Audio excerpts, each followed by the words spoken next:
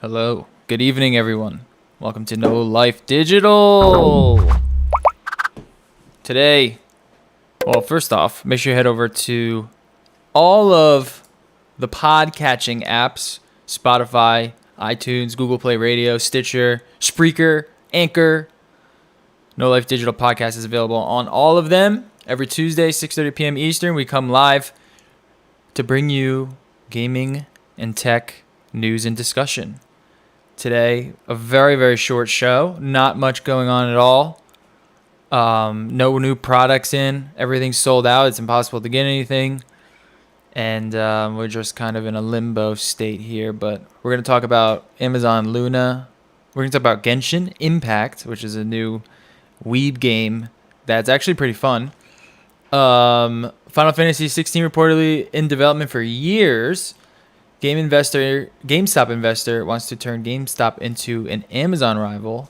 And then Cyberpunk, well, more so CD Projekt Red, has been found backing on their word. And then in tech, there's the Apple hearing. We got a little bit more in the Apple hearing. And then the NVIDIA AIB issue on the RTX cards. And if anything else pops up, we'll discuss that. The first thing I want to discuss is that we calculated my taxes last night, and I think I paid approximately like 3,000 times more taxes last year than the president of the United States. But not just the president. And I do want to be fair. I've paid more taxes than Amazon. I've paid more taxes than most Fortune 500 companies. And we were kind of discussing this in the Discord the other day. Kate, McDonald's is here. Oh, God bless DoorDash. But we were discussing the tax thing yesterday. And there's like two ideologies of thought, at least from the discussions that I've been seeing online, like on Twitter and then like Reddit and stuff. There's, on one hand, everyone's upset that millionaires and billionaires and corporations don't pay their fair share in taxes. On the other hand, you have people that are like, hey, man, that's the whole goal, is to figure out a way to not pay your taxes. I understand both sides. I, for one, land on the side that the reason why I'm paying so much in taxes compared to someone like Trump or Amazon is because they're not paying their taxes. That's the whole fucking problem, is the imbalance in taxes. I do understand that when it comes to taxes, you know, the idea of the write-off, the idea of the deduction, the idea of the expense is to essentially encourage businesses to spend more money. And that's essentially where a lot of this tax write-offs are getting taken from. But it's more so a lot of book cooking and a lot of accounting trickery that does it. And it becomes really frustrating. Oh, yes. Look at that. The big golden arches. I got some new spicy chicken nuggets. You want to try one? Is that why you're looking at me? Oh yeah, that's what you got. Let's try it. Let's do an on-air taste test here. River wants. You didn't buy the Travis Scott meal? No, I didn't. I didn't get a Cactus Jack. What is it? I don't even really know what it is. It's a fucking quarter pounder meal. Is it just a quarter pounder? I think so. Yeah, basically. McDonald's, man, they're good at marketing. That's for sure. They can resell you a quarter pounder. Wow, they're a little bit more orange. I don't know if you can tell. Get out of my food, River. They don't look that orange. I'm They're a down. little They're more gonna taste as good as orange. Wendy's. You like Wendy's better? I mean, I think Wendy's normal nugs are better, and I'm assuming their spicy nugs are better. So yeah, probably. Well, see, the thing is, I usually go for the chicken sandwich. The only reason I went with McDonald's because it was quicker. But nothing beats Chick-fil-A, man. Their chicken sandwich is out of control. Popeyes is close, but I still think Chick-fil-A is better. Hot sauce. I don't like their nasty hot sauce. I get the sweet and sour. River, out. All right, here we go. This is so in this light, it's a little bit more orange than golden, which I had them when they first. Actually, I had them before they officially dropped, so I picked them up a couple weeks ago. They're okay. I'd say if you got the sweet and sour sauce, dip them in that. that's what I got. They're like As far as chicken goes, Say it again in the mic. chicken nugget, like the McChicken nuggets are like, they're like, all right. You can't go wrong with them. But not much. Chicken sandwiches. I gotta put Popeyes over Chick-fil-A still. Really? It's just there. It's just a little bit better for me. Like don't get me wrong. I think I'm the perfect. They're Like, very close.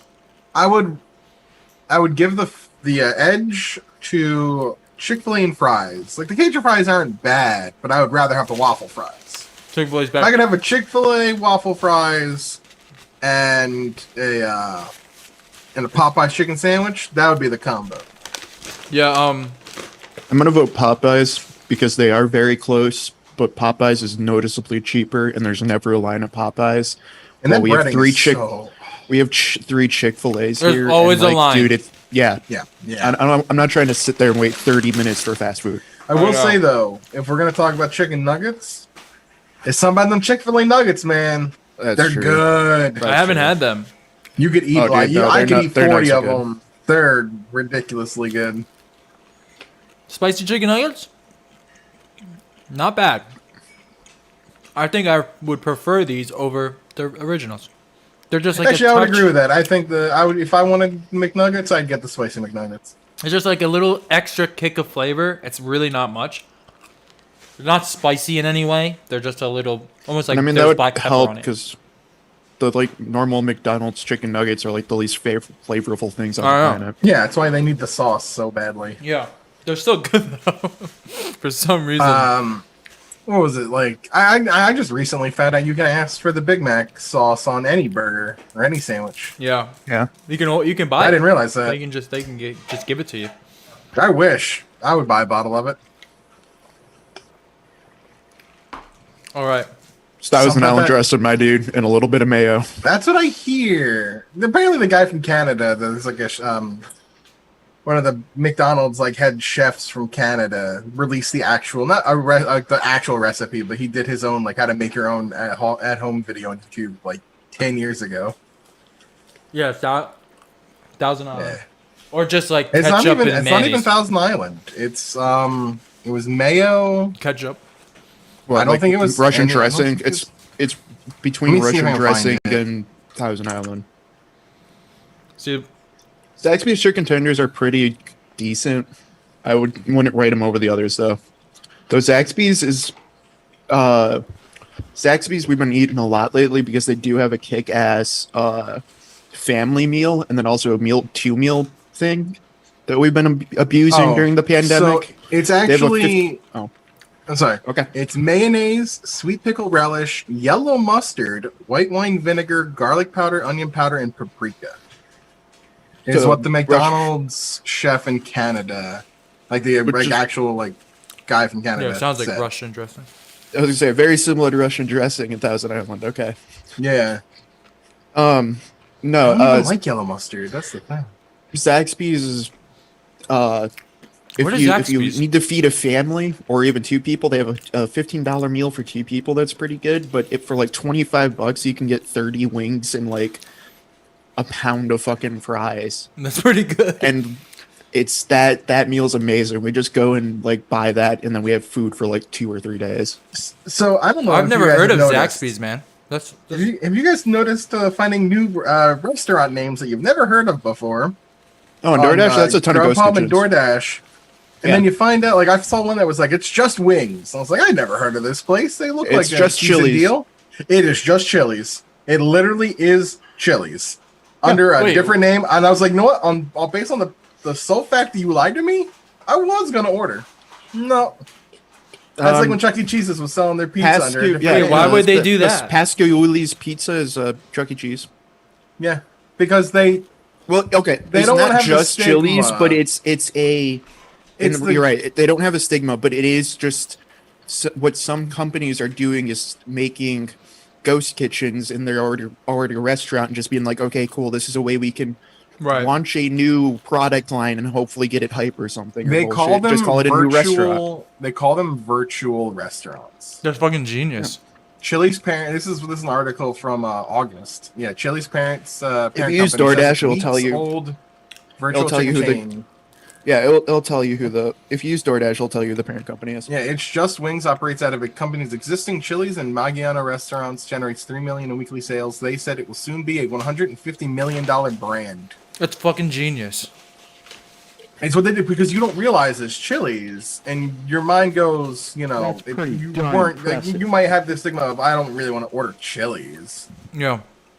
because it's the chain, essentially chain fast food. Like it's chain restaurants like Applebee's. Everyone always wants to support like a Fridays. local restaurant. Exactly. So you're like, oh, I've never heard of this brand. Maybe this is like an upcoming Rusty Shackford. brand. No. Rusty Shackford in Twitch chat had it correct though. If you want fucking chicken tenders, Raisin Canes, dude. What is it? Oh, They're not around here, man. We don't have any of these. Zaxby's. that's true. and Cane's. Well, you got to come to the south through the real Where's chicken the shops, closest? Let me see. I know man. that Oh fuck. we're not known for we're known for pizza. That's about it.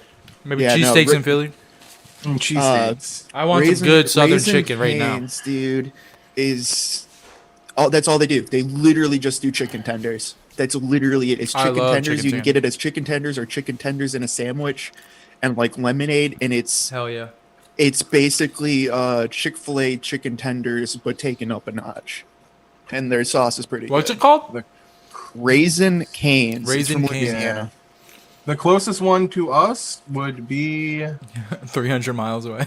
yeah, about that. You can either go to Providence, Rhode Island, Oh my or is god. that Wait, Connecticut, or Richmond, Virginia. Richmond's not too far from me. Yeah, That's there's really between Virginia to Rhode Island, from Philly to New York, Washington D.C. Nope, there's nothing. Yo, let's do our fast food tier list since we don't have much to talk about today. Five Guys is at the top. Have you had Habit Burger yet? We just went to Kate just went to Five Guys the other day. I was like, you know what? I'm actually not the biggest fan of Five Guys. Never order anything larger than a small fry. From Five Guys? If you order any size larger than a small fry, you're I don't like wasting their your fries. money. I think that's why I Well, here's rated the them thing. lowly. They give you the cup of fries, and then they dump the rest of the fries in anyway. Oh, I when see. You're going to be getting more fries Right. regardless. So Yeah. the fact that you're ordering the larger size makes no difference. I do think Spend it's less money. I think it's like Chick-fil-A for me. They're both overpriced, but they're both in a Consistent. quality tier above everyone else for fast food. I would say I recently, because like I always like trying new places. I've been trying different fast food. I don't usually eat fast food all that often. Maybe twice a month, if that. Recently Honestly, I haven't eaten Wayback fast Burger. food in years until the pandemic hit. And I know. it's like, Like well, there's fuck me. there's a tier for, I mean, this is just for burgers. There's a tier where it's like you've got your McDonald's, your Wendy's, your Bottom tier. Burger King. You know, you got your basic bitches. Yeah. And then you've got like the Five Guys tier, which Uh-huh. I think I would also maybe put like a Shake Shack in there. No, I think Shake Shack would be above Five Guys. Shake Shack is very pricey. I would say like In we and don't Out. we don't have I would we don't say have a In- Shake Shack. Shake Shack's Never good. had that. Don't get me wrong. It's really Yeah, good. but it's more. I would say it's more of pricey. like a burger joint than it is like a fast food burger. Like I would say In and Out and Five Guys and like Checkers kind of all blend together. See, I would put In and Out more with the McDonald's tier, but I've never had In and Out, so I can't really say that. But I it's was- known for being cheap. No, In and Out or are you thinking of In and Out or Hot and Ready? Hot and Ready? Hot See, Now? what we Hot have and here Now? is Checkers and Rally. Yeah, I would put those. that I would. in the Five Guys tier. Yeah, me too. But I I would. would- I put would Shake I Shack probably above would that. too, but they're also like the cheap. They're like the cheap version. Like they're the dirt cheap version of actually pretty good food. I will say my one experience with Checkers was the last experience. Actually, I hadn't been there in a long time. I ordered a vanilla milkshake and I got a banana milkshake. And at first I was like disappointed, but as I kept drinking it, mind you, at the time I was vaping Nana Cream from Bombies, and I was like, holy shit! Was it heavenly? It actually made me realize how good of a recipe Nana Cream is because it was nailing the exact profile I was drinking. Yes. Um, Someone said but what? yeah. If you also want super cheap, super dirt cheap food that's decent, there's a big following around here in the South, especially in college towns, of Cookout. It's alright. I'm a heretic apparently because like 90% of people I've met down here think Cookout's like the greatest things on sliced bread, but it's just like, This place here If- that I'm showing on the screen, I don't know if you can see it yet, but yeah, Cookout. That's Cookout. They got really good milkshakes, but like everything else is like dirt cheap, decent food. yeah, just Like you can greasy. get like dollar burgers. Like you can it's the college high place where you show up, you spend $5 and you magically have 3 burgers and like a shitty cheese roll up and a bag of fries. yeah. God, I remember those days. And it's pretty good quality. Pulling up the Checkers right before they closed, and they're just like, "Do you want an apple pie?" And we're like, "Yeah." And so they gave us like 10 because they're gonna throw them away. The last 2 burger places I had for fast food that I've never tried before were Wayback Burger, not bad, and Habit Burger, which apparently is another place out of California. And I had friends from Cali who were like, "Yeah, it's like In-N-Out, but better quality." Habit Burger. I would be interested in that. There's one like maybe like right over in Cherry Hill. I've never seen it. It was actually pretty good. I would put those in the Shake Shack. I would put that one definitely in the Shake Shack tier. I mean, In-N-Out is pretty good. But I would say that goes in like the Five Guys tier. I think it's way better than like. I put it. Go ahead. I put it under the Five Guys tier because when You put it in the McDonald's tier? I would put it. I would put it above the McDonald's tier, but like That's where I put Five Guys above the McDonald's tier. But I would swap those 2 for me personally, just because like it was good, but I remember you guys liking it a hell of a lot more than I liked it. yeah, I was like it, and it was mostly because the exact same reason why you didn't like Five Guys. I hated their fries. yeah, I like the more sort of Oh, McDonald's style fries. who has The fries are like worst really what fries? put the place over. I feel like, you know what I mean. That's yeah. Who has the worst fries? Because I know my answer for this. Burger It used to be King. Burger King, but I don't know if it's them anymore. Yeah, I There's would. a couple Smash pla- Burger. Oh, the I little don't have pencil that. fries, The dude. shoestring I like fries, those the though. thin shoestring fries. No, no, no, No, Wayne really They're likes those little awful. shoestring. I like that shit.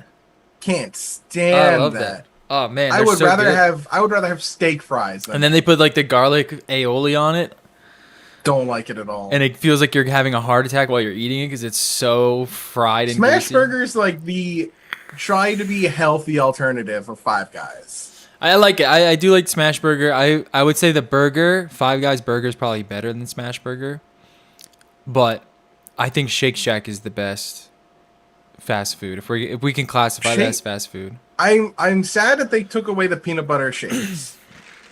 Yeah, I don't know. I don't know about peanut the butter shakes too bacon much. burger from Shake Shack. Used to be a secret menu item. That's insane. And they would take the peanut butter sauce and it would put it on the burger. You haven't was had delicious. Shake Shack, Jerry? Nah. No, I've never seen one. We got to get you up here so you can try one. Dude, Man. I don't know Pretty if you've been. The only to thing any I've like sporting events. had that's like, I mean, of course I've eaten at Wawa's, but the only thing I've really had for like Jersey, Pennsylvania is Sheets, Sheets, which again is just Wawa. yeah. Yeah, it's just Wawa. But Sheets is fucking awesome. Sheets I don't know and if you've been to a Wawa's. sporting event, but like when they put in the Wells Fargo Center, they put in a Shake Shack there. Oh boy! Yeah, it's nuts. Now I can go to a game or a concert and get Shake Shack. It's crazy. Not a good combo for me. Actually, I would classify this still as fast food, but my secret love lately of all random things, and I admit this is not this would be on like that B tier, like not on the S tier, not on the A tier by any means, but I'd probably have it higher than you guys. Fucking Little Caesars deep dish pizza. Oh no! No. No, the Pizza, deep pizza. dish, Five not hot and the ready? not the 5 hot and ready, the deep dish. Yeah, I you still don't- get the deep dish hot and ready, but it's just because they do it proper I gotta Detroit try style, it. where it's small, so every piece is a corner piece. And the court, you can't fuck that up. I gotta try it. can't tell now. you the last time I had like If you chain get- pizza. If you get Little Caesars, get the deep dish. I'm gonna try Trust it. me, I'm because gonna every try it. piece is a corner piece, and it's I- actually crispy. Maybe and good next as shit. show I'll do the taste test on this show. I haven't had Domino's in at least I over can't. a decade. It's really hard for me to get like Jets or like proper Detroit style, so that's what I've been having to do. Yeah. I just like we have one local place that doesn't even deliver, and that's all we ever go to for pizza. See, Rusty No, yeah, says that's- Arby's beef and cheddar is Flame. Yo. I would rate Arby's the lowest quality fast food. Oh, really? I like Hold on. Arby's. Really? Am I alone on Yeah. this? I was gonna say, we talking about burger places. Let's talk about like non-burger places. Yeah, any I fast actually food. kind of like Arby's. I Any had one fast of their heroes. Dude, that's I don't know actually about really the good. Okay, I don't know about the Euros. I don't know. I was actually I'm not disappointed by it. Actually, I like their weird fucking roast beef, dude. Like, especially when they used to always have them on sale. So my family, like my dad, loves the shit out of Arby's. So Yeah. growing up, you would just go and buy like fucking 10 of the sandwiches for $4 or whatever. See, I and used just to be bring a them roast home in a beef- bag. I used to be a roast beef and cheddar guy when we would get Arby's. I had do one love roast experience beef. Where Arby's destroyed my stomach, and I just didn't go for like 6 years. Yeah. No, then that's fair. recently Because that was I, gonna like- be my A minus solid A- tier that will kill you is always Taco Bell. I don't know if it's a franchise. Yeah, but have Taco you Bell's ever heard definitely of, A tier. I would say Taco Bell's A tier. Have you ever heard of Zoe's Kitchen? No, I Yeah. don't know if it's I, a franchise. I haven't. It's a Their little franchise. kebabs. Yeah, and I really haven't really had like Greek style food until recently with the Yeah. Oh, pandemic. dude, you Dude, fucking I up, found dude. Greek I food's found so out what good. tzatziki was, and I Yeah. have. You put it on Love anything. Tzatziki it. sauce is so good, dude. Oh well, no, that's I learned how to actually- make my own. That was It's good. good. Yeah, I mean, it's just Yo, fucking sesame I seeds grow and a my bunch own of other. cucumbers. There you It's go. literally just Greek yogurt and cucumbers, and Yeah, and then you dill. can add some garlic. sesame seed. I was add you can add some tahini, which is your sesame seed to it too, if you want to Yeah. spice it up. No, dude, I miss Greek food. There's not really anywhere down here that does Greek food, and like that was the I'm cool telling part you. about Detroit is we had like you had some Greek spots. when Detroit Zoe's was a Kitchen- good city at one point, so we did have most immigrant factions $12 represented in food. Yeah. $12 from Zoe's Kitchen gets you 2 steak kebabs, which are actually really, really well seasoned, and I actually really enjoy them. There you go. 2 sides. I usually go for the vegetables and a side of pita bread with some tzatziki. I feel like that's cheap for $12. Dude, I feel like that is good quality for it's a low I price. eat Greek food all the time. Mediterranean yeah. Greek. I eat it all the time, man. dude, if you get solid Greek food, they're like gyros are bomb as shit, dude. Yeah, So I lived next good. to one when I was on South Street. I lived next to this Greek place, and I would just get their lamb heroes Yep. with the tzatziki sauce, just drench it and just Dude, one time I didn't know this, but this was when I first got River, and I was eating so many of these lamb gyros. I was giving him shreds of lamb like all the time, and one day I came home from the office and there was shit all like diarrhea shit all over the floor. And I was like, "What the fuck? Why would he shit like this? This is crazy. What is he eating?" And I remember I was like, "Oh, it's probably because I'm feeding him fucking so much lamb from this Greek place." And ever since then, I haven't Yeah. given him lamb. He's mad at me. No, oh, I just forgot it. Never mind. Yeah, Greek food, Mediterranean food. I Yeah. would rate Taco Bell A tier. Taco Bell's fucking fire. It's shit food, but it's so good. I can't stand. I don't like Americanized Mexican food at all. I don't either, but I love Taco Bell. Fucking- Dude, yeah. It is the bottom. It's lower than bottom. Dude, tier. it fucking chalupas, No, chicken dude, chalupas. it's- Oh my god. Yeah, it's a sauce. It used to be so the good. saving grace was Baja Blast, and then they canned that shit. So it was like, nope. Did they? No reason I to thought they go. still have it. No. Well, they have it, but they literally No, they started selling literally. Baja He means Blast yes. in He stores. literally means they can't put it in cans. They literally were selling 12 packs of cans in the shop, right, and stuff. So Yeah, yeah, and I also disagree. Baja Blast is actually kind of meh, in my opinion. It is I always pretty go, meh. I I always mean, go most- 25% Baja Blast, 75% regular Mountain Dew because you want most soda that. You is want that kinda citrus. meh. Most sodas, man. Yeah, that's fair. I stopped drinking soda. So. Yeah, me Dude. too, actually. Fucking. Yeah, I gotta put them up. What was I trying to remember? This is fucking me up, I'm dude. trying to think of like what other like non-burger. I miss joints. Fazoli's. Dude, I don't know Fazoli's again. Oh, it's Fazoli. See, there's so many of these I don't know. I'm not aware of. Fazoli's mostly out of business, but it's like a really shitty fast food Italian place. But it used to be amazing because they'll give you unlimited free breadsticks if you eat inside. So it's you like an Olive just Garden? Yeah, but so you just go and like order like a fucking child ziti for lunch and then just get like 20 breadsticks. Yeah, I, yeah, that's another thing we should rank next time. We'll rank say- like chain restaurants like Cheesecake Factory. And, What's? Olive Oh yeah, that'll be Garden. another really good one. Yeah. I would say what's like the one you can either answer this one and win one of two ways. What's the one fast food place that you've never had but know of but would like to try? Okay. Or what's the one fast food restaurant you've been to that's not around you that you want to go back again really badly? All right. It's kind of tough. And I'll give you mine.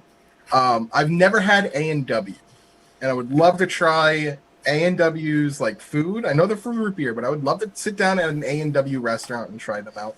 But the one I love the most that I haven't, I want Prince's again.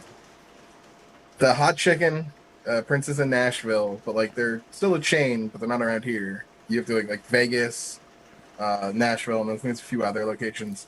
Their chicken, I even got the mild, and that shit was hot as hell. A&W is like I want to say B, but like it really depends. If you really want the root beer or like love root beer, it's a solid B. But if you just really go love root beer, no, then you'll like it. It's a solid B. But like off of their food alone, it's pretty.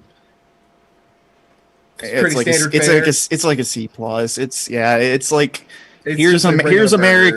American. You know, you can get a foot-long hot dog and a shitty burger, and it's overpriced. So I don't know. And Wayne might know this, but they closed it around here, and I'm actually kind of pissed they closed it. Then same thing with Sonic, but Sonic's breakfast is at least good. Sonic is drinks only for me. By the way, but, the one that I want to try is Bojangles. I've never tried Bojangles. I hear Okay. Bojangles is pretty good. Yeah, I've I want heard of them. any sort of southern chicken. Yeah, you gotta spot. come down here for the real chicken places, Yeah. dude. It is actually on a different level. Yeah, I need to try that. And then I'm a huge fan. Unless you got a Church's or a Popeyes. Popeyes still does it really well. Same Yeah, with we have Chick-fil-A. Popeyes around here, but yeah, If you want like your KFC, you got to go for Church's. yeah, I need I would something love like to have that. a Prince's, man. Or not Prince's. Prince's or Hattie B's. Hattie B's is what I was thinking of. We didn't get a chance to go to Prince's. We were going to, but they're closed on Mondays. It was Hattie B's that we went to. And there was this place in Maine that did lobster rolls. There was like a chain place that did lobster rolls. That'd be dope. Oh my That's what God, I was trying to think so of good. earlier. Is like, why isn't there a plate? Like, why for the ungodly amount of fucking Subways there are in this world? And that's something we can get into too. Subways or Jimmy John's. It's a really obvious answer. You could also put Or their own Quiznos. Firehouse in there. Oh, and Firehouse. I would I put would Firehouse a not little put bit higher Jersey because Mike's. I would not put Oh, really? Jersey Mike's in there. I don't like Jersey Mike's. I've only had Jersey What? Mike's once. I thought it was pretty good. I like Not but Jersey I've a only Mike's. had it fan. once. I would put Jersey Mike's over I've only had Subway. it once, and I was not a fan. Yeah. I've had better sandwiches from Subway. Yeah, that's Wow. fair. But Subway's Jimmy my bottom John's tier. and Firehouse would be the two I would be like, I don't know which one I like more. Firehouse is really fucking good, but they're overpriced. They are. Well, I mean, they're all overpriced. Yeah, but I mean, at least Subway they can get a $6 sandwich, not a $12 sandwich. Yeah, that's true. Yeah, Subway's the cheapest. You can definitely Yeah. tell on the quality though. Yeah, True. No, true. Subway's is not There was a very good. burger place. I'm trying to remember. No, off the top of my head well, now. related to that, that's where I was going though. Is like, why isn't there just a chain that's like maybe Firehouse priced, even though I think some of it should be cheaper, but like, yeah, dude, make a fucking lobster roll. Like, make a chain that actually just serves a banh mi, which is the best fucking sandwich in the world. Agreed. Like, actually, just make like a little bit more of a multicultural sandwich shop, I guess. I would what I 100. mean? Yeah, that's actually maybe we should do that, dude. I don't like lobster. Oh, that's fair, but I like it. Like, I mean, like, Well, you don't just have to like- get a lot. You can get a banh mi. You can get Yeah, dude, banh mi is so like imagine a fucking place good. that sold like really good banh mi's, really good lobster rolls, really good fucking heroes, really good like just weird little sandwiches. I would Yeah, fucking hit that instead of place all the just- time. Which? Yeah, I'll tell you. Told to look up which. All right, let me look it up. But Or is like, it yeah, when- that would be sick if there was like just like, okay, here's just actually good sandwiches instead of Oh, check this make out. your cold cut trio. Which is like it's a sandwich. It's just a sandwich shop. It looks like a Subway style sandwich shop. Do they do banh mi's too? Yeah, they do. They do. This doesn't look like a banh mi though. This looks like some bastardized banh mi. I'm still sad mean, that they closed. It's got a baguette. That's probably what it's gonna end up being. You know what I mean? But, Yeah. like, that is the dream. Is just like, nah, just get a lobster. Like, yeah, just get a lobster roll, get a couple other cool things, and then just have that like beautiful 80-year-old Vietnamese lady just making you the perfect banh mi. Yeah. Yeah, I eat If so you many if you banh find mi's. the right banh mi shop, no other sandwich can compete. Yeah, I would agree. The bread, it really makes it. I don't know what they do with the bread, but the banh mi bread, the baguette, I guess it's a It's baguette. so good. I mean, it's sort of a baguette, and then but the bread's always super good, super crunchy but soft. And then like if you actually get the traditional pate, it's Yep. weird, but it's so fucking good, It's dude. yeah, they're excellent. Um, yeah. That's all I want in life. It's like I just want a fast food banh mi chain. Yeah. Yeah, the disappointing thing is with COVID, so they had Zinberger That's what around Chili's here. needs to do, dude. Fuck your wings, give me Rebrand. banh mi's. Yeah, Zinberger closed down 15 of their 18 East Coast restaurants, including the one near me, and they're permanently closed because of COVID. They shrunk right down to only 3 stores, which is Damn. such a shame because they had like a burger of the week and a shake of the month, and that was like my go-to spot for my birthday every year. Zinberger. I've Oh, never that heard of sucks. it. It looks like they do So wine. good. They also You give could you wine. upgrade to Kobe beef. It was like, I mean, it's a restaurant, so. Oh shit, that reminds me. I had for the first time maybe a couple weeks ago, I had a chicken sandwich, the Asian style. What is it called? Where they fuck, what is it called? It's like with the milk bread and they cut the fucking crust off of it. I need to figure it out. You guys will know what I'm talking about. Milk bread. What is it called? It's called Katsu. I had a Katsu chicken sandwich. So it's like brined in this brine and then they press it when they're cooking it and then it's sandwiched with like sauce, some cabbage or lettuce and then like milk bread. Oh my god, I cannot stop eating it, man. It's so Hey. fucking good.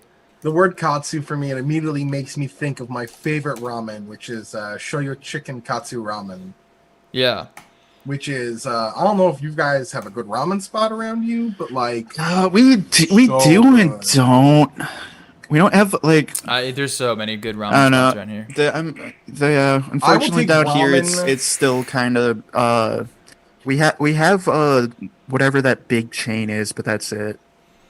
Yeah, There's, like, I'm that- more of a that- pho guy. I'll take ramen, like I'll take ramen with a side of gyozo, over fast food any day. Yeah. Eh. I like Maybe, pho. yeah. Love ramen. I would go pho over ramen, but I do like ramen sometimes. And Pho, Yeah. I mean, they're both really good. Pho is like the broth in pho is clearly the winner, yeah. whereas ramen is more about the noodles and the meat and the stuff inside of the. Well, it's like Like if you want a soup, go pho. yeah, it's like ramen is like very hearty and it's like filling and it's meant to like fill you up. Or pho is almost like a hangover style, where it's almost like refreshing to eat it. And Yeah, I just if you- like because like I it's said, lighter. I can If eat you more want a of it. soup, I wouldn't get like ramen. It's a soup. Ramen is Yeah, noodles. I had ramen last night Yeah. actually. Pho is if you want to focus on that broth. You get pho, and then I mean the fillings are there, but they're not generally what the star of the show is going to be. Yeah. That's fair. Anyways, if you guys have a only chance, Jinya, if you've heard of that. What is That's it? like some Jinya. oh no, I haven't. It's all right. There's Chocotini down here too, which is a little mom and pop, but We it's have- not that great. But Jinya is some California chain. Yeah, we have two solid. It's all right. It's pretty two solid, but it's not like your mom and pop real good shit. Yeah. Yeah, that's what we have. Like two solid shops here. They actually, the one that's by my house, the original ones were in Philly, and they were actually kind of concerned about opening one in my hometown. They're like, we're not sure how well it's gonna sell here. What is it called? Turns out it's Rai Rai Ramen. And It's it an turns awesome out name and also it is extremely such a great name. racist. And it's a little bit pricier than the other. right, ramen. It's a little bit pricier. Than Why the does other that place we sound have so here. racist? But yeah, like they were like, we're not sure how well it's gonna sell out here. Apparently, people don't want to go to Philly to get ramen when it's local, so those still will buy it, and they've actually seen really good. I mean, that profits. makes sense. Like, no one's gonna I didn't travel want to have for to keep ramen. going to Terakawa and go into Philly to get good ramen. You gotta come here and Terakawa get is like some. the solid spot to go to in Philly. Yeah, There's also, I don't know if you've been to Chew Noodle Bar. Chew Noodle Bars has been popping. They do really good ramen. And then there's the new place that that's opened up in kinda my what- old I place. mean, that's the thing is like I think that's what Terakawa's a Jinya's 45-minute like. wait every time I go. Jinya's got to wait, but it's a noodle bar where you can get a shit ton of ramen noodles, but it's also a full bar, so they're trying to get you drunk the entire time. Yeah. That's pretty dope. I mean, it's cool. I'm looking it up again. Like the food was pretty decent, but like I wouldn't go there a ton or go out of my way because like it was good ramen, but it wasn't knock your pants off ramen, if that makes sense. Yeah. But like it was decently guys been priced. to, I guess it's some big chain. They have 40 restaurants from like California and stuff, but I don't think they made it up north yet. Have you guys ever been to Momofuku, David Chang's ramen place? I haven't, but I want to. Yeah, it's 'Cause, I mean, David Chang's kind of a boss. yeah. I just read his book. It's pretty fascinating. I need to read his book. Have you watched the Netflix show he did? Yeah, I have. Yep. Okay, yeah. I love that guy. David Chang's a boss. Yeah, he's the man. His book's pretty cool too. You kind of learn it like it makes sense who he is once you read his book. But yeah, Momofuku's great. But anyways, if you guys ever somewhere where they have katsu sandwiches, whether it's chicken, whether it's wagyu beef katsu, whether it's whatever pork katsu, you have to try it. It's so fucking incredible. I promise you won't be disappointed. All right, that was our fast food Yeah, I'm trying to think Diversion. anymore. It's our food talk. food talk. The critique. We Yeah. can make this more often. I'm down with that. Yeah, well, dude. next That- week- Next week will be chain that's all we Yes. got going for us in this fucking pandemic is Unless there's ordering out news in next godly week. amounts. Yeah. Yeah, unless there's actual news next week. Next week will be chain. Yeah, and I'll try my Truly, best to but get a let's be Little honest, Caesars. This is actually more. This is more relevant news than Yeah, I know, anything else right? we got. Everyone's stuck at home. Next week, I'm gonna try to get a Little Caesars deep dish to review on the show. I mean, Can't wait to, okay, I can't wait to bury PF Chang's next week. that's fair. I mean, okay. What I'm saying is, that Little Caesars is definitely like a C place. You know what I mean? But their deep dish is better than anything else they got, except for like their bread stuff. But it's I want to try it. I've slightly better. literally haven't had Little $5 hot and Caesar tasty. since It's I an was a $8, child, yeah. a little child. I haven't had Little Caesar, so I am interested. Dude, it's you have to go with the deep dish because it's just they do it right. So what it is it's actually two baby deep dish pizzas. So everything's just a corner, Right, yeah. And it's I actually love crispy. deep dish. I've always loved deep dish. I can't stand thin crust. I love them both. I love all pizza Yeah. of all Depends on the sizes. thing. If it's Well, like okay, I- really good thin crust, then yeah, I'm in. But I'm almost the opposite because I prefer thin crust, but I only like deep dish when the crust is actually crispy and done right. Yeah, you which can. for chains is it's the Do you Little remember when Caesars and its pizza- Jets. Yeah. I like do you remember Detroit when style more than Pizza Chicago. Hut used to be like the place to go to? No, No, because Pizza Hut Really? always I sucked. never went to. My family was never when Pizza I was Hut. when I was a kid, like my parents would always take us to Pizza Hut. We get the personal pan pizza. Yeah, I remember going and to I would Pizza Hut, play but it Street sucked, Fighter dude. 2 on the arcade cabinet. mine didn't have an arcade. So you're a lucky one. Street Fighter 2. Mine was fucking trash. The food. Oh, I hated Pizza Hut so much. I would That rather came eat with Chuck the- E. Cheese oh, pizza man. than fucking Pizza Hut. We get the buffet chat one time. Let's do that too. We had to do pizza. I've done Yeah, that we could do before, pizza too, but, like, chains. We yeah. can do. I mean, there's so much there. There's a lot of content there. Yeah, Pizza Chains is gonna be a little bit different and harder though, because I feel like everyone's got their place. Yeah, which will be fun. That'll That's be just fun. a local place. You know what I mean? Oh yeah, pizza's always like the local place. Yeah, and that is true. Little Caesars does have stuffed crust, so if you're feeling shitty pizza, always go to Little Caesars over Pizza Hut now. I don't even know. You can actually I don't taste even know where the cheese and not closest- milk. I don't even know where the closest Pizza Hut is. I saw a good joke on Twitter. Somebody bought a house that had a roof that looked like a Pizza Hut. Oh my god. It's like, babe, look, open your eyes. Did you buy a Pizza Hut? No, it's a pizza home.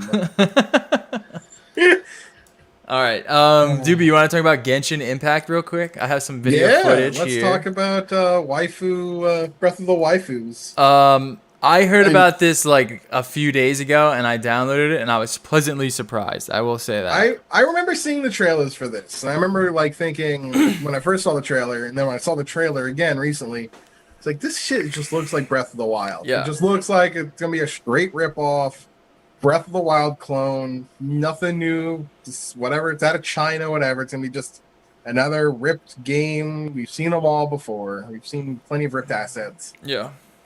It takes inspiration when you get to actually sit down and play the game. You realize, okay, this is not Breath of the Wild. Yeah, it's really This nothing is Breath like of the it. Wild inspired. The world definitely looks Mama, very much what like a a Breath of the baby. Wild game. The stamina system is very Breath of the Wild, but when you get into like the actual combat and you see numbers pop up, RPG kind of combos, Yeah. and then you get into like how you switch between characters and the what almost feels like a ginormous amount of information about how elements work. Yeah. And actually, no, it starts to really feel like, okay, this isn't a clone. This is just an inspiration, but it's its own game. And it's actually pretty fun. Yeah, I've been having a good time with it. I love. So I'm about, I don't know. I just got to level 10, my adventure rank to level 10, and I just got all my people up to level 20. So And- Go ahead. how it works for people who are gonna, so we're gonna address it is a gacha game, and what that means is there are banners and different things you're gonna pull to get weapons and characters. That's how you unlock that's how you unlock some of these characters that you can't get through the story. You can unlock them through the banners. Yeah. Most of the time, you think of like gacha, like you're gonna be paying real money to buy these things. So Adventure Rank 5 gives you the 10 pulls. Well, it gives you 10 pulls on the initial banner, like the cheap one, and then you can get 3 more pulls on the other banner. The wishes you're talking That about. yeah, that's the wishes, and that first banner, that's like the beginner one, that's 20% off. When you hit Adventure Rank 5, you get enough to buy that. That comes with a guaranteed 4-star characters. You're gonna get that Noelle character. And then when you hit Adventure Rank 7, it gives you 1,600 Primogems or whatever it is, Primogems. That's what you use to then convert that into another currency to buy the wish packs for the Venti pack, which is what people want. And the drop rates are pretty awful. Some of the characters in that have higher drop rates, but like any gacha game, they are legally required to list what the rates are. They can't just tell you, get a chance. No, they actually have to list what the rates are. It is a 0.6 chance to get a 5-star weapon or character, which roughly translates to it's about a 0.3% chance when you to get a rare. If you're looking for a character, it's a 0.3. Mm-hmm. Because you got to now split the 50-50 of a 0.6. So I somehow got a 5-star character that's rates weren't bumped up on my second reroll, which apparently I'm lucky. Yeah, I also feel like a lot of these games, because it just got released, right? Oh yeah, so there are people who already already put out tutorials on how to speed run to Adventure Rank 7 for your rerolls. Yeah. Because these are all things they give you for free for playing the game. So is this And- a free game? It's a free game. With microtransactions? Yeah. Of course. Gotcha. However, I will say that so far playing it, nothing I've encountered has ever asked me to spend money. The money really is literally just characters and weapons. Yeah, I haven't think reached there's that barrier one yet. thing- I don't know where that barrier is.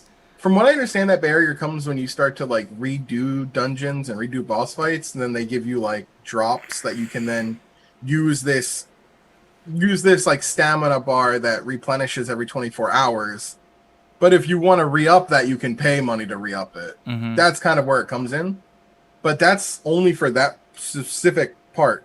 It feels weird that it's free because there's so much in it that Yeah, feels there's like a lot it's of not content. asking you for money. Is it single player or multiplayer? So it's single Or is player it just for co-op? its story only. There is co-op, but you can only do like daily events with co-op. There is no story stuff with co-op. And it locks isn't you like out.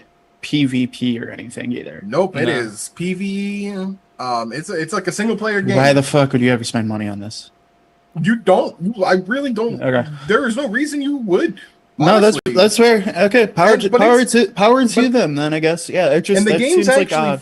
That's the thing is like the game's fun to play. Is I'm wondering, is it going to have enough whalers to essentially support the game because it's fun to play? But I can I think easily they see will. if they start hemorrhaging money, realize, oh shit, we made a really good game and we put it out and people aren't paying for it because we haven't really made a reason for you to pay for it. Are we just going I to mean, hey, or dude, are we going to start there- introducing some real hard limits here? There is still definitely reasons for people to pay for it. I mean, look at all the mobile Yeah. games that are single player. That's People true, still and they're do, but really supported by the whalers. And like the game Yeah. is pretty good looking, and like all of the weapons have good looks to them. So I imagine like there's gonna be a lot of people that just want the cool it cosmetic runs stuff. well. Everything I played, it runs pretty well. I mean, the nice thing is it has cross. Not only does it have like cross play, I think with when you do actually do co-op if you wanted to, which no real reason so far for me to really see why you would do it. But it has cross save, so if I were playing on my PC, I can pick up on my phone when I leave and play still on my phone if I wanted to do that. Yeah, it's Which on is iOS. neat for a gotcha game to do that. It's on iOS, PC, PS4, and I don't And know if it's on Android. Xbox. And it's like one of the nicest looking games I've played on my phone. Oh, so you've been playing it on your phone? I tried it on my phone. Yeah, I'm gonna check it out. It runs fine. I'm just not a fan of the controls because it's like trying to. Can you use hook up a virtual controller joystick. to your phone? I imagine I could, but I don't know if it supports controller in the actual mobile settings. Let's find out. That would be pretty. Yeah. That would be pretty that's boss. that's always the hard part with all of It these supports games. controller is- because it's on PS4, so the PC version also supports controller. right, but doesn't mean mobile But- does. Yeah, Exactly. it would have to be. And it is. cracked. You can definitely tell it's designed with mobile in mind. The developers are mobile game developers. It doesn't say anything about supporting controller from what I see. No, Yeah. it doesn't. If you're on the iOS store, it has to say controller supported next to family share at Yeah, the it bottom. doesn't say it, so it probably doesn't then. Which sucks. So They you should gotta add do- that. Yeah, it doesn't control super well on phone, but I mean, it's a mobile game on your phone. I don't really expect it to control all that well, but it runs fine. I've been having It like doesn't, I stutter, slow think the not the gunplay, the gameplay and like the combat is actually really satisfying, and I like all of the different sort of elemental aspects to it, and it's fun trying to figure out the best combos to use on these enemies, and there's a lot of like fun little puzzles throughout the world.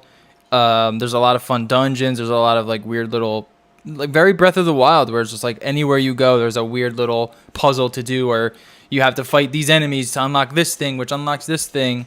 And I've just been playing it and been like, wow, I'm actually pretty impressed with this game so far. I haven't felt like I needed to spend any money or anything like that. I think the game looks great.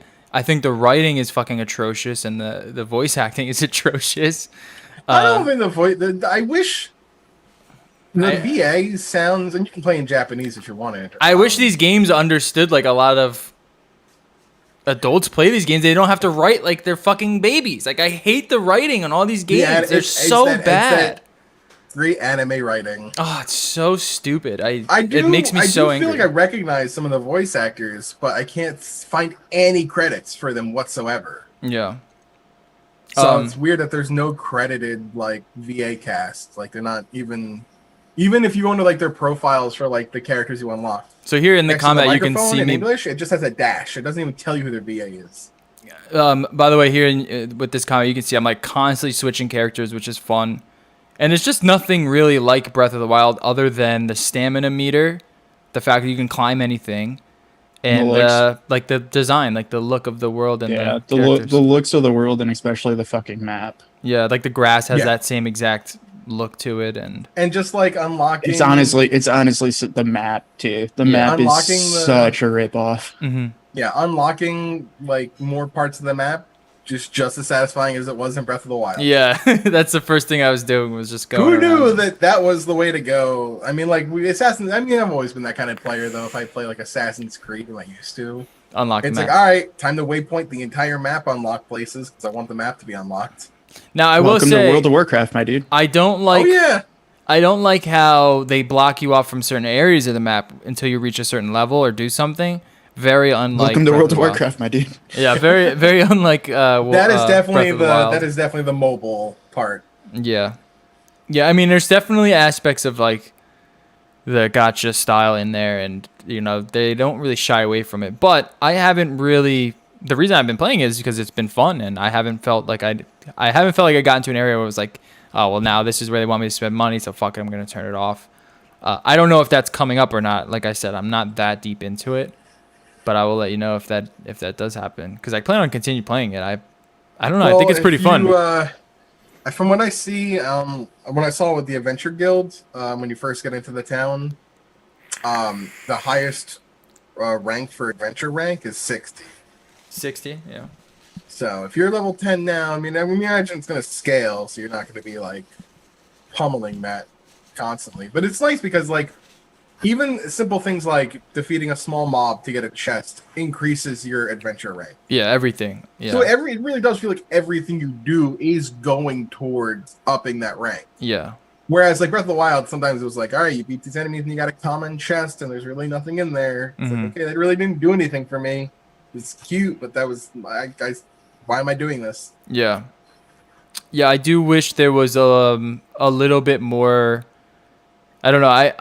I want to see where this goes. I'm still early, so Yeah, I mean, maybe it just came out, so like I want to see where their roadmap is for like a eventual more like a limited time events, things like that. Maybe upping that co-op to maybe make that co-op a little bit more open, be a little bit more engaging. Yeah. Than what it is right now. Yeah, I can imagine co-op is gonna be like pretty imagine fun. raids, like a dungeon raid with a co-op. That'd be fun in this kind of game. Well, that's what I thought it was. That's what I thought the multiplayer aspect was. That's what I hope that's what it should be, but it's not there quite yet. Yeah. And Maybe in the future I do when know like a there's lot of more people on players. Twitch are playing it because I did see it on Twitch. Welcome to World of Warcraft, my dude. Totally thinking about streaming it tonight, personally. You're gonna stream it? Maybe. I don't know what I'm streaming it tonight. I might. Yeah, stream. There you go. Honestly, stream Among Us. It's really stream that or stream Hades, either. Or. Oh yeah, Hades. Did you beat it yet, or did you escape no. yet? No, yeah, I'm still working on it. Oh, I haven't had a a chance to really like sit down and play more. Yeah, I had That's my all. first escape. That's all I've on been doing the Switch. last couple of nights is playing Among Us. It's pretty good. Yeah. Yeah. I don't know what it is. I see people playing it, but I don't know exactly how it works. Oh, Among Us is just Town of Salem, Werewolf Mafia. social deduction games. Yeah. The That's, whole like, idea, best right, is genre like for you like pick a person, and then if you become the killer, you have to try to kill people without getting caught, and then they have to try to Right. And figure then out everyone who else it is is. trying to catch the killer. It's- Yeah. I don't think it's a very. I think there's two different sets of that game. It's either a really good game when you're playing with people you know and you're able to Oh, yeah. talk. Yeah, you have to play. Like we've if been you're playing with like 9 playing- of us in a Yeah. Discord. If you're playing pubs with text and it's Oh, hell no, it's a dude. terrible experience. Don't play it. Yeah. Yeah. No. Other than that, though, I've That game been shouldn't playing a even lot of have pubs, honestly. playing a lot of CK3. It's actually as good as I thought it looked. It's pretty damn great, especially for Paradox. Then I finally remembered I have Game Pass, and all I've been doing with my life is playing Metro. Oh yeah. Finally playing through all of the Metro series, and the Metro series is really fucking good. Dude, I might have to join you in that because I haven't played him either, other than a benchmark. Other than using it as a Yeah. benchmark. No, since Game Pass has the first 2 remakes up, so Yeah, you I can got play you, it through in order before Exodus, and I'm like, I want to play them through all the way, and like, dude, it's actually pretty solid. Yeah, I should check that out. If you like that Fallout style game, it's more on rails than that, but it's a Fallout style world. Just Now, is it like Mushroom. is there any like RPG elements to it at all? not a ton. It's more action story. Is it more like almost like a Wolfenstein style? Yeah, it's more. It'd be more like that, but you have the only like true RPG elements that come in is for immersion. Mm-hmm. Like you can get rid of your HUD, for example, but you also set it up so like ammo is really rare, and Yeah. like you still have to buy stuff. So like to get you into the feeling that the world's ended, like resources are scarce, but that's as RPG as it gets. Yeah, I do want to check it out. I hear it's awesome. I hear that whole series is great. The storytelling's actually really good because they're all based off of a book similar to like Witcher style, except the author actually helped them all throughout making the games and is actually a cool ass dude. Yeah, that's pretty rad. I was playing No, Hades they're on Switch. super good. I was playing Hades on Switch. I just got my first escape 3 days ago, and it runs great on Switch, except it doesn't run great on Switch. It does fucking the frame rate isn't I mean, playing it on PC and then moving to Switch, it's definitely noticeable. But it's definitely a better game for Switch just because of the nature of the game. Like, it's the perfect game to just burn, like, half an hour. You're not doing anything. You're bored. You just want to rip through some dungeons and try to escape. And it renewed my love of that game. It's fucking phenomenal. If you haven't played Hades, definitely check it out. And then I've been playing this, and that's pretty much it. Oh, and I've been playing NBA 2K, which I do not recommend. Do not get it. It's terrible. Yeah, I don't know why you're doing that to yourself, if I'm being honest. Yeah, it's a bad idea. You gotta get the real 2K I'm just game. so addicted to WWE fucking 2K Battlegrounds. No, definitely Don't not. play that game, by the way. I still see commercials for it, and I still think it's. I hate it. I am so Piece of addicted to shit. sports games. Like I'm gonna get the new FIFA. I'm probably I've been I'm thinking waiting for about. a shell, and I'm gonna buy it. I'm gonna hate it and love it at the same I time. know, But it's- I can only do one. I've limited myself to one, and it's gonna be Chell. That's my problem is like I get them all. Like I want to get NHL. I'm gonna get FIFA. I'm thinking about getting PGA. Like I don't even fucking play golf, and I want to get the golf one. You see that 2.1 Metacritic score that's actually worse than No Man's Sky and Fallout combined, and still decide to buy it. I did. Madden doesn't even have a 1. It's like a negative. Like it's like a negative score right now. But yeah, I've been doing some of that. All right. Let's get into some news. Amazon Luna is the big story. Well, we have a couple big stories. This is one big story. They're joining the game stream servicing wars. It makes huge sense for Amazon to get into the business. I remember Microsoft's making a statement saying like their biggest competition is no longer Sony. It's going to be Amazon and Google. And this is one of the reasons why they must have had information. There's you load up their screen and they're showing Metro. Yeah. I'm standing Metro at the moment, dude. That's like honestly, okay. Just to give you a synopsis of the world, it's all set 2033 to 34, 35. 2013, World War II happened. U.S. nuked Russia. Russia nuked U.S. The rest of the world is a winter, just a nuclear winter, and the only people alive left. That sounds That's why it's fucking called awesome. Metro. I mean, that sounds Yeah. amazing. Like it's just like a Russian take on like a Fallout type setting of like Right. there's tons of ghouls and like monsters and shit, but there's still like human factions and stuff. But it's all do you go above ground? Do you stay in the metro? Stuff like that. It's pretty cool.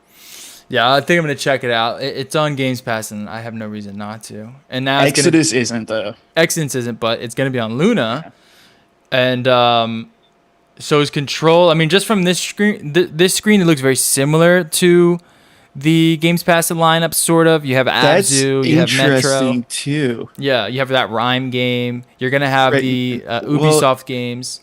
Maybe I'll try the beta, but it's available on PC, Mac, Fire TV, and web apps for iPhone and iPad. Oh, interesting. So there's not going to be an app for it? They're going to have to load it through. How is that going to work? Well, that's what I was wondering, because that's the current fight xCloud's in right now, is getting it on the Apple. Yeah. And I think Apple conceded on it. I think they're going to allow Microsoft the xCloud service on there. I would imagine Amazon will follow suit, and then Apple's like, fuck, man. This is exactly what we didn't want to happen. But, yeah, I mean, this is just another addition to it. Now, what this will come down to, right? This is where these services fight. It's what games you have, and is the service usable? Like, how much of a latency do you have? How much of a downgrade in quality are you getting to reach that like low latency, zero latency level? I think Amazon is in a good position to rival at least Microsoft. We know Google can't quite do it, but they've been doing it in the space longer. Maybe Amazon's been testing longer. We don't really know. We'll have to wait and see until they release. It's going to be those three, though, who are going to keep doing it. You know what I mean? Just because they all have good enough cloud platforms. Yeah. Now, what's interesting, Microsoft and AWS are really the kings, though, compared to Google. And that's the thing. It's like, to me, it's like Microsoft hasn't really showcased xCloud yet, and I'm very curious as to why. And I'm wondering if they're waiting for all this to come out and they're waiting to get it right to kind of release it. Where these companies, they can be like, hey, we're going to release it now. There's going to be a few games on it. Only a couple people will get it, and then we can use those people as beta testers, essentially. You can do xCloud beta, but only for Android. Yeah, only for Android currently. I haven't Now, heard anything from what I'm it really though. curious and I'm trying to figure out is, so Luna is $6 a month and says growing library of games. Does that mean you get to play the games, or do you still have to buy them? Because that was Stadia's downfall for Oh, me. that's a great point. I'm not sure. I would imagine you have to buy them. I would Yeah, imagine so if you have to buy pay a them. subscription fee and then Right. buy on top, that's a little lame. But since it is Amazon, they're trying to really tie in Twitch integration, which could be interesting. Yeah. Now, I remember Stadia saying the same thing with YouTube Gaming, but Which, I do yay. I do have more confidence in Amazon AWS's system than Google's system currently and YouTube Gaming. Like I think Amazon could work this out. We'll see how it does work. Yeah, it doesn't say anything about buying. Do you need to buy the titles? The reason why I would say this is because it says $6 a month. There's no way it's $6 a month plus you get the games to play on demand. You know what I mean? Because So Games that'd be Pass nutty is if what, it- like that's just, Games Pass hey, is I would 15 deal with bucks. input lag if I actually could play good games for $6 a month. Oh yeah, hell yeah, hell yeah. I mean, this would definitely rival XCloud or Games Pass or whatever. I'm interested in their controller because it looks like Like a pro What do you controller. mean it's a Nintendo it looks Switch like a pro controller. Yeah. Yeah. It's literally a Nintendo Switch Pro controller. Yeah. Hey, dude, Which is great. I've been begging for a Nintendo Switch Pro controller that actually works with anything other than the Switch. Yeah.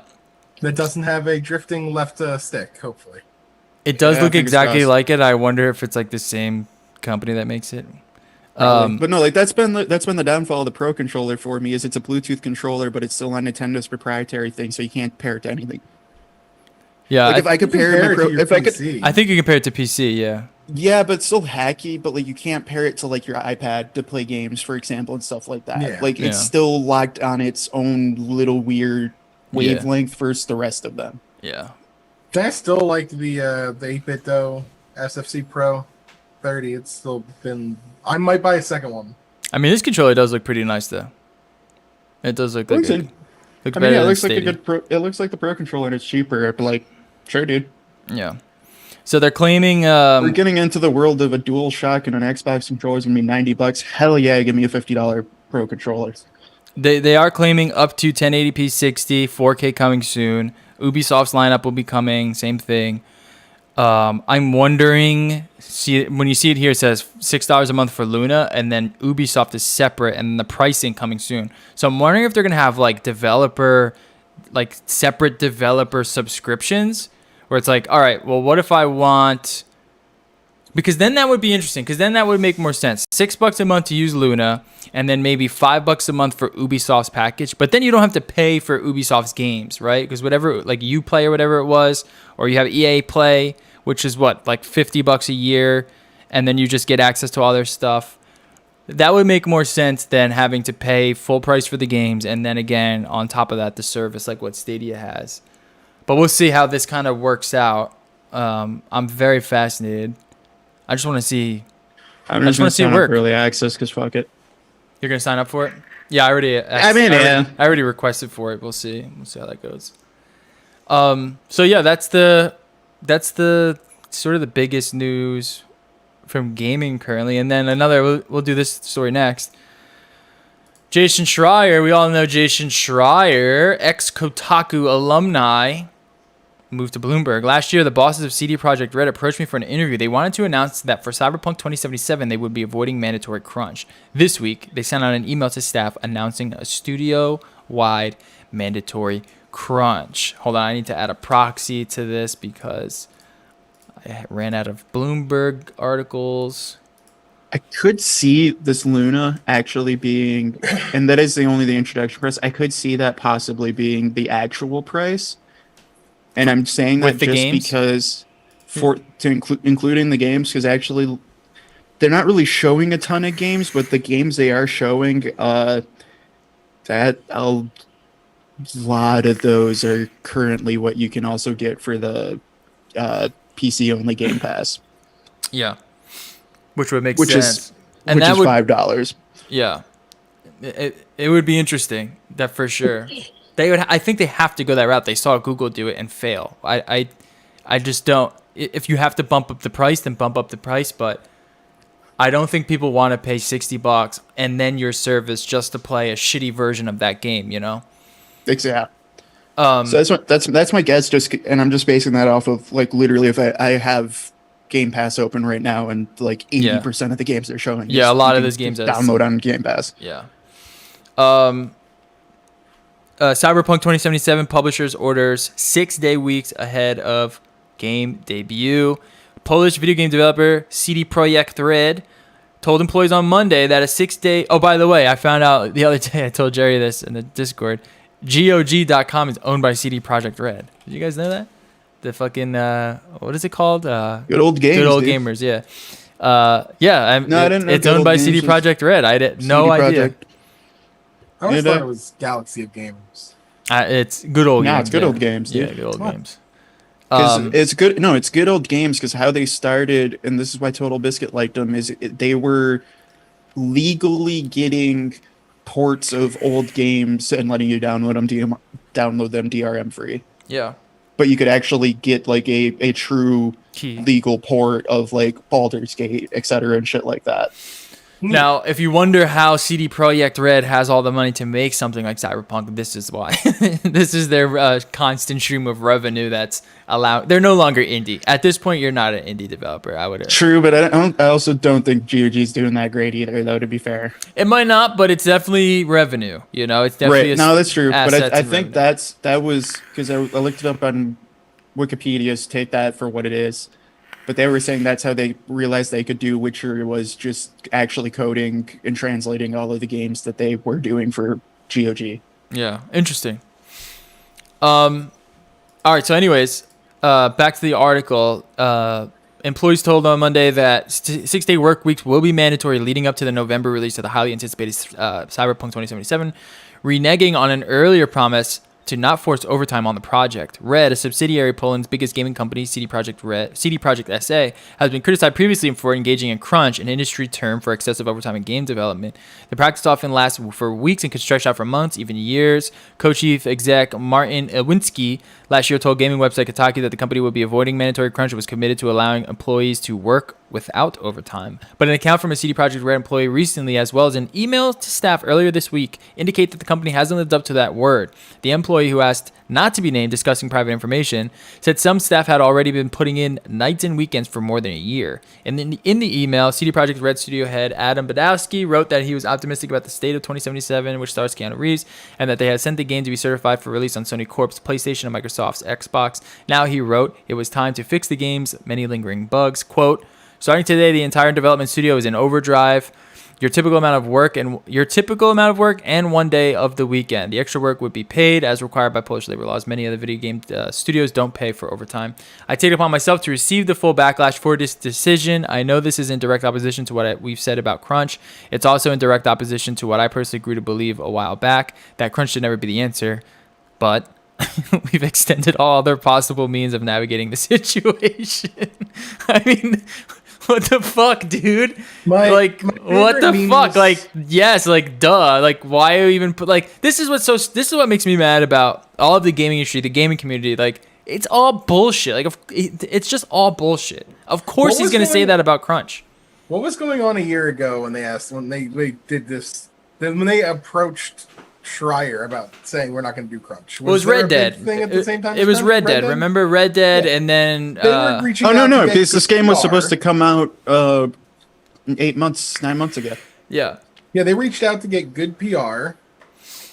They got that good PR, and now they're just hoping that enough people like them. I think never mind. Well, crunch is crunch. And now it's near the release date, so now everyone's like, well, it's almost here, so let them just crunch it out. Like, it's not like it's seen like how Red Dead, where it was like toiling for years on details of the game. It's like, well, now we can implement crunch, even though it seems like it's been implemented for a while at this company. Now they can release a statement on it, and now people are just like, it's fine because it's almost released. Yeah, that is definitely more what I'm interested in, is seeing how much crunch has actually been going on. Yeah, that's kind of shady. But the best memes I've seen so far have been you mentioned you work at CD Projekt Red. You've been toiling at the game for hours, 5 days of the week. Your boss comes in on your last day of the week before you take you need 2 days off. Listen, we're gonna need you to come in tomorrow for 8 hours. You need to work on more genitals. Yeah, genital. Customize more genitals. I mean, it seems at this point in the gaming industry with all these companies, the scale, the scope that they're working on, if you're announcing a game at any date, it's going to get delayed. Like, it's going to get pushed back. It's going to get delayed. You're going to have to... It just seems like they can never make the time because it's just too big of a game. It's too much scope to it. So in order for them to do it at the allotted times that they're giving, the publishers are giving, they have to crunch them down. So if you really want to get rid of crunch, you can't give a fucking release date until maybe a couple months before the game's released. Yeah, and that's what I think happened is they pushed it back already 9 months or whatever, and they're at the wall of we can't push it back anymore, which they should.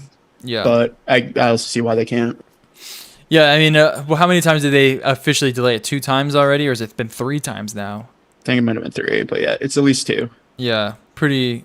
It's time to get it out. Or just like I mean, I'm you gotta remember me. I'm old Blizzard fan here, so I'm totally okay with push it as long as you fucking need, dude. Yeah. But that's not the way the world works anymore because we're all entitled little children. So I just realized that someone put this on Twitter. Remember at the end of the very first Cyberpunk 2077 trailer? Coming when it's ready. Yeah. Yeah, like that's what that is real. That was my only good news of the last couple of weeks in gaming is Mike Morhaime made a new game studio with a bunch of old Blizzard people, and their entire PR was basically, it's all Activision's fault, wink, wink. Yeah. And maybe, who knows, maybe they'll make some new Hearthstone bullshit game that's actually good. But if Mike Morhaime, the original co-founder of Blizzard, who made all of the good Diablos and all of the good Warcrafts, is making a new game studio for fun, maybe he'll make a good game studio. Fingers crossed, but they usually don't work out. And like, I think what hurts CD Projekt Red is like they're seen as like they're a beloved company in gaming, and when you add that, they want to do it multiple times. Yeah, and then when they come back and they're like, actually, on second thought, we have to do it. Like, I get like they really want to get it out in the time of the pandemic. I will also at least say if that leaked message is completely true, at least, you know, their CEO or high ups at least is owning not it, pussyfooting it around and just being like, yep, it's all on me, put it all on me or whatever, you know what I mean? Yeah, it's a little bit more respectable for sure. And I don't think anyone is sort of surprised either. You know, the game is massive. Like I was saying before, like I think they really want to get it out right now in the pandemic. They see the sales of any product that's been released in the past few months. Nothing can stay in stock. They want to get it out before the holidays. It makes sense for them to kind of like really push it. It sucks that this has to happen this way. I think their biggest mistake was coming out and trying to be like, oh yeah, we're never going to treat our developers like every other gaming company. We're above that. And then a few months later, doing exactly that. Like, I think that hurts their reputation probably more than them just kind of staying silent, doing the Rockstar thing where they're just like, hey, true, it is what it is, you know? No, and it does. And I mean, if that's why I'm curious about how much the extra weekends other people were doing that they were alluding to, and if that's voluntary or not. Yeah. Because I think the difference too is I'm not anti-voluntary crunch. Like, if you're willing to take that and it's not a peer pressure situation, get your overtime, dude. Get your 2.5. Hell yeah. I'm sure many of them would love to do it too for a game like this, for Project Red. The mandatory crunch, that's where it becomes an issue, especially if you're doing it because that was my issue, especially with Rockstar, for example, was I get it if it is like, okay, month release and you just want to add on an extra day if possible for like the 4 weeks or whatever, you know what I mean? But the issue definitely starts becoming a major issue when it's like, no, dude, for like a year straight, you're pretending you're actually making the iPhone for the first time and you're never going to see your family. And it's a fucking video game, dude. Get over it. And like for Cyberpunk, like we saw it get delayed multiple times. I think it would be naive to think that they weren't crunching with these delays. You know what I mean? Like, I think maybe the first delay, they were like, since we're not crunching or only a few of us are crunching, we just got to push it back a little bit. I think after that, they're like, oh man, I don't know if we're going to fucking make it for the second. We're going to have to delay it again and then again. And now it's like they have to implement it it just really put him in a bad position, you know. No, that yeah. Well, and that's what I think their only saving grace might have been the fact that this was a quote unquote leak. You know what I mean? Sure. And that the CEO was just like, "Hey, put it on me." Like that. Yeah. That if that wasn't a press release, you know what I mean? Yeah. True. So that does maybe allude to it. It hasn't been a ton, but I don't know. And you know, all of this will be absolved Like, 'cause if it could have been the way that email was worded was kind of just like a, hey, we have tried to push it back as far as we can so we don't have to crunch, but we fucked up. You know what would be interesting? I've been listening to a lot of like socialist YouTubers recently talking about like work co-ops. If you had like a game studio as a work co-op, then I think you'd be able to do something like this, because then you would actually have employees that would all kind of get a piece of the pie of the end sales of the product.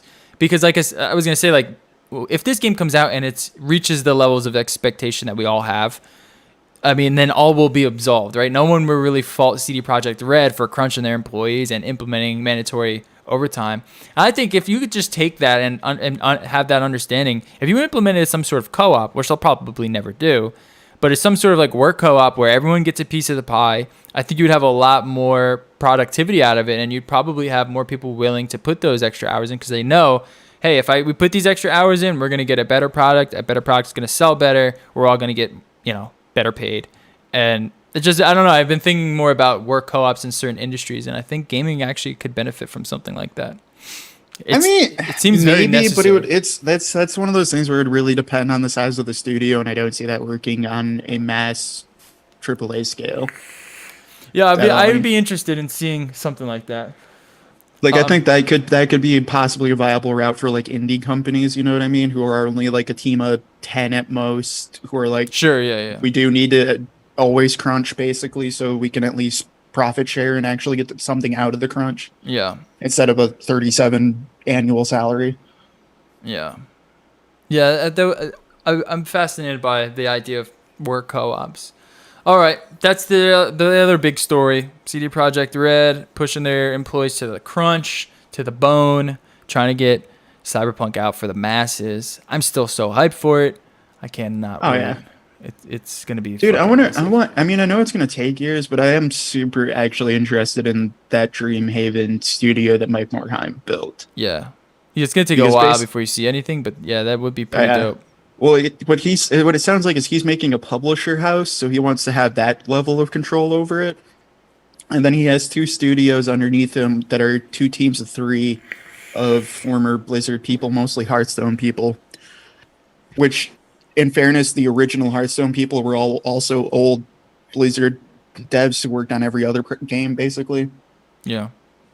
So, like, that could be, hopefully, maybe interesting. But yeah, that's going to take forever. Yeah, that'll materialize in like maybe 10 years from now. I don't think it'll take that long, because if it's only a 3-man team, they're probably gonna. Like, the last big game they made was Hearthstone, so I expect something of that similar size that they could make in a couple of years. Yeah, and then that'll give them some more investment to work with. Right, because that's the other thing. Like, his press release was very interesting. It was very much like, hey, basically, I was the CEO of Blizzard and co-founder of Blizzard. I'm rich as a motherfucker, so I'm private funding this. Yeah. And I don't want to take on extra money to increase extra crunch because that makes timetables worse and games worse. Hint Activision. Like, the whole fucking press release was just like, it's all Activision's fault, dude.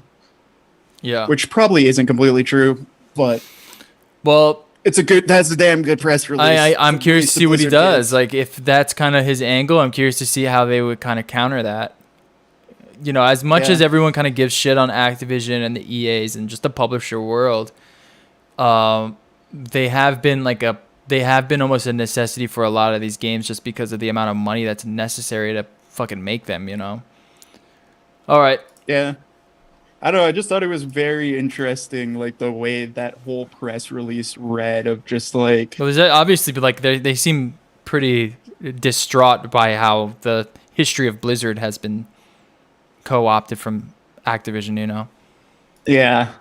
Like, I liked it. Don't get me wrong. It spoke to me right. It's probably all a lie, you know what I mean? But it was just like, PR at least, my dude. Final Fantasy 16 has been in development for a while. Will be out sooner than we think. So this is a new report out of PlayStation Lifestyle. How soon, Doobie? Next year? PS5? PS4? PS5, not a launch title, so I would say could be 2021, 2022. I would Like, expect the big 2021. Yeah, so the big thing is like this is a different team than what worked on FF7R or Final Fantasy 15. This is the Final Fantasy 14 team. And they were like even the director or the producer Yoshida was taking some jabs at some of the other Final Fantasy games when he said that the trailer was meant to show the actual game so people don't think it'll take forever to release. So he's But just talking taking a about jab 7? at a lot of the CGI trailers that have been happening. But like taking a bit of a jab at the Final Fantasy VII remake, the original trailer that That's was what I just was a gonna CGI trailer, and then the game took 5 more years to come out.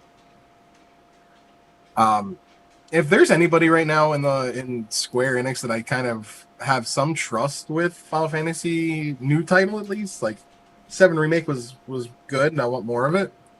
It's Yoshida, who was kind of the person that saved 14. So when 14 first launched, it was it's an MMO. When it first launched, it was bad. It was so bad that like Some would argue it's still bad. that's one of the crazy things is it was just a lot of people went from 11 to 14, and 14 was an utter catastrophe. And then he stepped in. They did a realm. Oh no. They did a Realm Reborn, which essentially reset the entirety of 14. Chrome crashed on me. man. And a lot of the people who came back to 14 have been extremely happy with how it's come along, where he pretty much saved that game from death. No, a lot of people in the MMO world do like it. I don't like it, and it's partially because it's a little too weeby, which is what everyone thinks. But the biggest issue actually to me is that game is based around a 2.5 second GDC, which is hell. Like I no. Like World of Warcraft is too slow. Okay, so that's your global cooldown. So you can only do an attack every 2.5 seconds. Mm-hmm. That seems slow.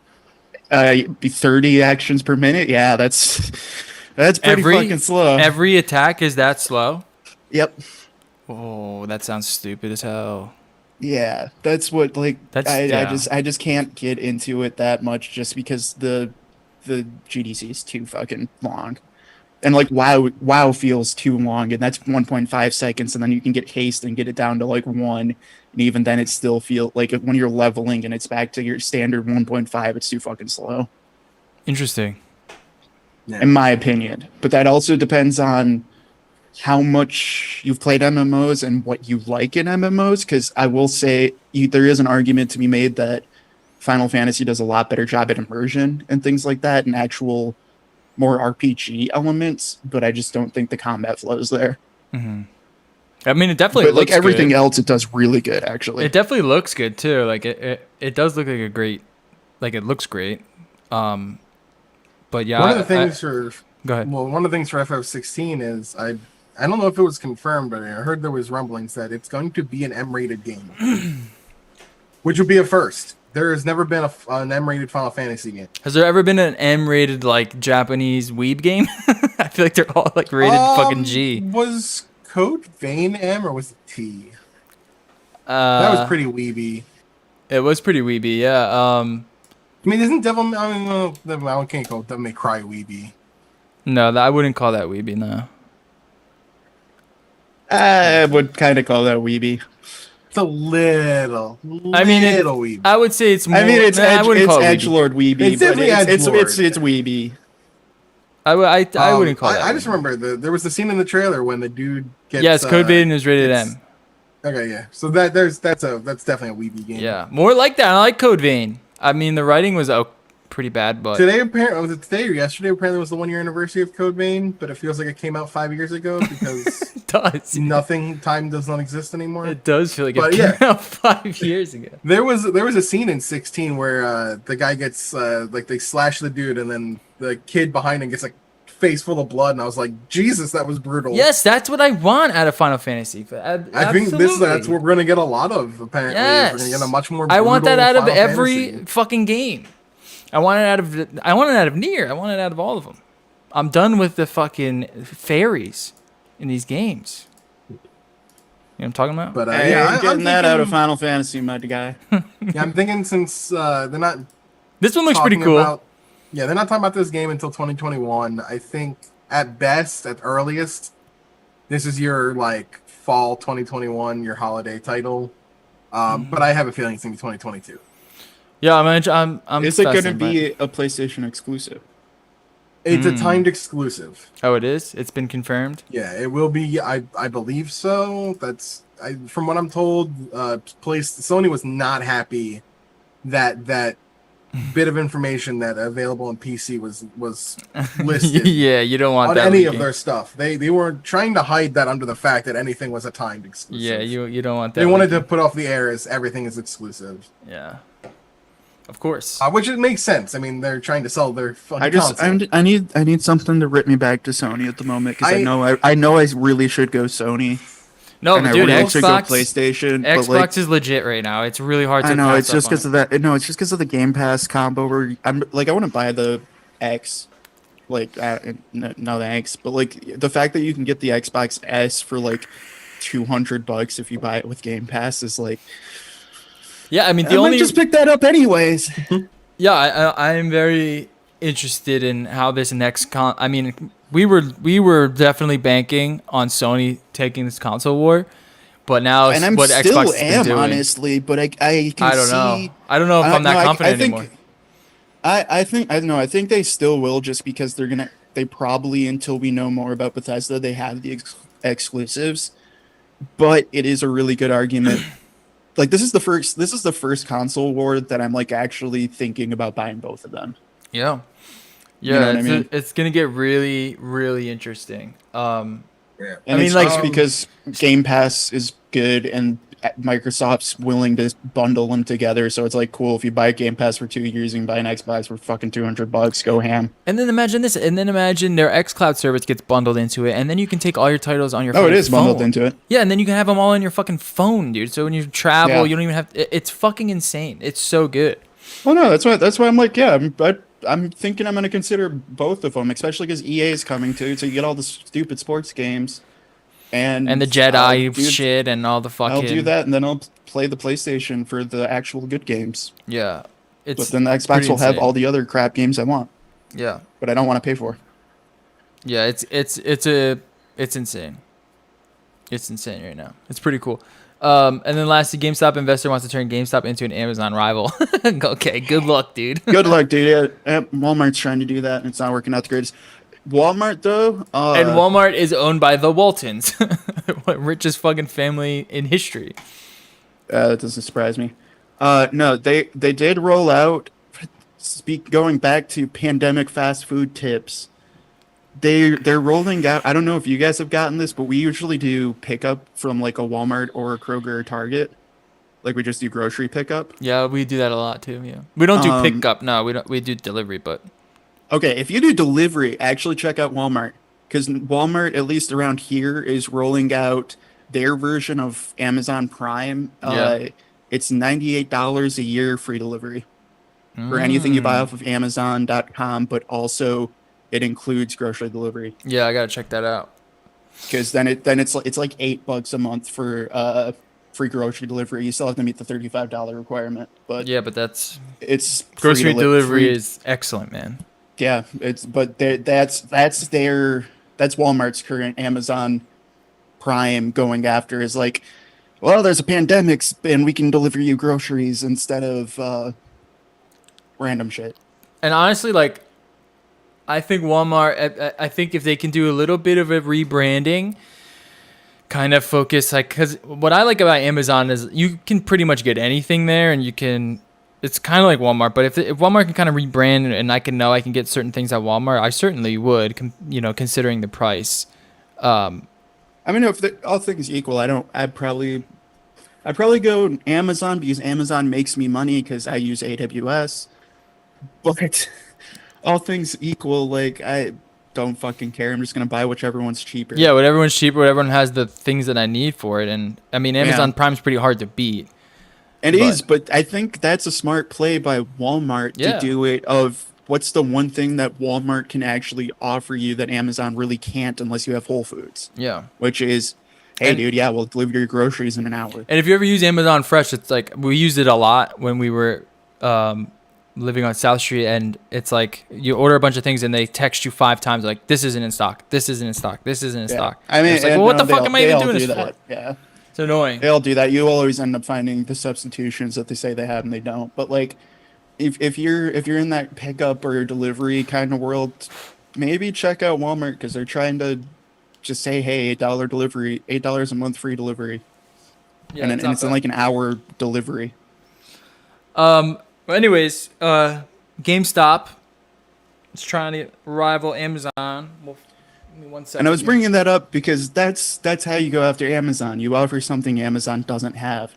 Which what is the difficult. fuck is GameStop got that anyone even wants in the first place? I don't know. Ryan Cohen, the entrepreneur who built Chewy.com into a pet supply giant, sold it for more than $3 billion, is now pitching GameStop Corp on a lofty goal, becoming a true competitor to Amazon. According to a person familiar with the matter, the video game retailer shares jumped as much as 28%. Chewy's pretty good, so Is it? he's got some chops then. Yeah, I'm unaware of what Chewy is. It's pet shit. I mean, it's like PetSmart, but Amazon. Amazon PetSmart. I mean, that works for sure. That's something Like, that Amazon doesn't really They got offer. they got all your pet foods, but what they usually do is once you buy from them, they start sending you a shit ton of coupons or like stuff like that. So you can like they do a coupon a lot that's like spend $50, get 15 back. Mm-hmm. So I'll do that a bunch of just like, cool, I'll buy 3 bags of cat food and litter or something or etc. Yeah. GameStop shares jumped as much as 28% to $11.17 in the New York trading Tuesday after Bloomberg News reported his plans late Monday. That's the stock's highest level since March 2019, after acquiring a nearly 10% stake in GameStop, making him the company's biggest individual investor. Cohen disclosed on Monday that he is holding talks with management and several board members. Cohen's firm, RC Ventures. Oh, that's his firm? Holy shit. Cohen's firm, RC Ventures, has expressed willingness to get more involved with the company in order to produce the best results for all shareholders. What is this, their stock price here? Oops. I don't know why it's blocked out. Cohen's vision, which isn't yet public, is to broaden GameStop's online selection and compete head-to-head with some of the biggest e-commerce companies, according to the person. Rather than just offering video games and a smattering of toys, clothing, and accessories, GameStop's websites would sell a wide range of merchandise and ship it to customers more quickly, a key strength of Amazon. Okay. Of course, challenging Amazon directly would be an uphill battle. Despite relentless competition from traditional retailers and startups, Amazon has only increased its share of the e-commerce industry, and that trend is expected to continue. Amazon has a market valuation of $1.5 trillion compared with $570 million for GameStop. I mean, it's not even close. I have a hard time foreseeing how GameStop can morph into a credible competitor to Amazon, says Anthony Chukumba, an analyst at Loop Capital. There are a lot of companies with much deeper pockets than GameStop that have had very difficult time competing against Amazon, and some are barely competing against Amazon. Walmart, for example. It seems as if he's just going to try to keep the company alive, basically. I mean, that's what it sounds like. I think there is a niche he could carve out there, but it's not. I wouldn't call it an Amazon competitor. No, because exactly. I mean, we were just talking about. Well, yeah, Amazon's gonna make their own xCloud, and because they own Twitch. You know what I mean? Like, now if GameStop, but I could see GameStop making a niche of like, if they could figure it out in a way of they close most of their physical locations, but will still send you a physical copy of a game in like a day or two. Yeah. Or like they send it so you get it on launch day or something. Like that's a niche I think they could do maybe a little better than Amazon, while Amazon shifts to more digital. But you're not going to compete with Amazon. And like offering, I think offering offering. I think there's a lot more room also in the PC space. I think they need to basically target Doobie and just do whatever Doobie says. Yeah, all the products that Doobie buys. But I also think adding in like any merge it with fucking like Newegg stuff, right? Like PC parts or whatever. Merge it with any sort of like electronic industry, just throw it on there. Go to China, Yeah. get all the weird sort of distributors who do all the cheap keyboards and all the cheap RGB lighting and the cheap lights that you can buy for your streaming and stuff. Get it all on there, you know what I mean? And just push that, and I'm sure they can at least keep it alive. Have every single Elgato product known to man. Yeah, every Elgato product. I'm sure they could probably just live off of Elgato and fucking Corsair products. Just get it all on there, sell it, offer a subscription service. You get free delivery and some like Prime service. You're not going to compete with Amazon, but you'll be able to not, fold. You'll basically be able to, keep some sort of valuation. Now, the thing is like a lot of companies are doing this. Like this is huge, especially now with the pandemic. Everyone wants to just do e-commerce now. They're going to start closing up a lot of retail because there's just so much. It's just there's so much more money in e-commerce. Everyone's more comfortable with it now. That entire like shift and all these companies doing that, I think that's going to hurt Amazon more than one specific company competing with them. It'll just be fascinating to see how Amazon reacts to that. Entirely, dude. They're just so dominant. It's like talking about like fucking the death of Walmart isn't going to be because, shit, I'll use the most obvious example. The fact that there's more Kroger's than Walmart, but Walmart is still more profitable should tell you everything. Yeah. Like it's going to be the fact that it's Kroger and then Myers is coming out and then BJ's and, Publix and every Wegmans, every single small chain suddenly gets massive. That's what's going to kill Walmart. But otherwise, Kroger's literally has a third more total stores than Walmart. Yeah, and I think we're going to see how Amazon kind of reacts to that. I think, though, unfortunately, they might just be too big to ever sort of matter. I mean, the market power that Amazon has is just truly immense. But we'll see. I mean, you never really know, especially with e-commerce. Anything could really happen. Any sort of innovation can come out, and it just flips around. Like eBay at one point was just a massive fucking dominant player in like that online auction space, and now it's like, it's so many kind of trash. Yeah, now so many other players are involved. I mean, you can just get an app on your phone for any sort of like sneakers, right? They all kind of just stole eBay's kind of business model, and now no reason to use eBay. They all for did that, and then they all also realized PayPal through auctions is actually a really terrible way of trying to protect your own money. Yep. All right, so there's that for gaming, and then finally for tech, we have two stories. Apple versus Epic. I'm going to start with this. They had their hearing today. This is such a fascinating case. So Epic basically made the case that what is exactly does Apple have a monopoly control over? I mean, that's the entire crux of this case. Can they get a jury? Can they get a judge to see their point that Apple's use of the App Store consists of is dictated as a monopoly through their sort of force-handed approach on developers and the way that customers can access these apps. And then here it states, a central issue in the case is Epic's contention that Apple's exclusive control over the iOS App Store constitutes an illegal monopoly that hinders competition. Today's discussion of Epic's claims centered heavily on what market exactly Apple is allegedly monopolizing. Apple argued that iOS is just one of many platforms in the wider competitive market for video games like Fortnite. There, Apple faces competition from console makers, PC-based stores like Steam and GOG, and Google's Android platform, to name just a few. In this market, Rogers herself noted that the most competing platforms charge the same 30% fee to developers as Apple, suggesting iOS lacks any harmful market-controlling power, which is a pretty strong, that's pretty clear cut there.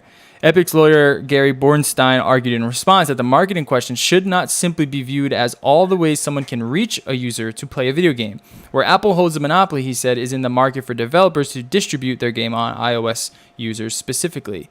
Or to iOS users specifically. Quote, in order for Apple to face competitive discipline from the market, it would mean there would need to be a meaningful number of developers who would give up the platform if Apple raises its price, Bornstein argued. We know that's just not the case. They're not going to give up the opportunity to reach 1 billion users. There's an important distinction for Epic to make legally. There's some existing case law to suggest a company can have monopoly control over a secondary market, in this case app downloads, even if it faces competition in a wider market, in this case video game and or smartphone hardware.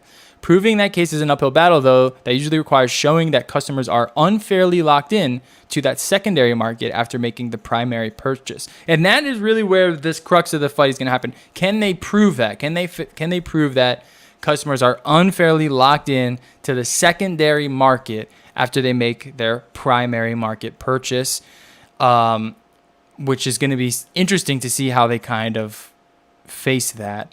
And then there's this whole 63 versus 10% quote from Bornstein. 63% of iOS users who play Fortnite play only on iOS. Those players aren't technically locked into iOS. They could switch to another platform, and many do, but they also don't necessarily have multiple devices to play on and might not be able to afford separate hardware to access Fortnite.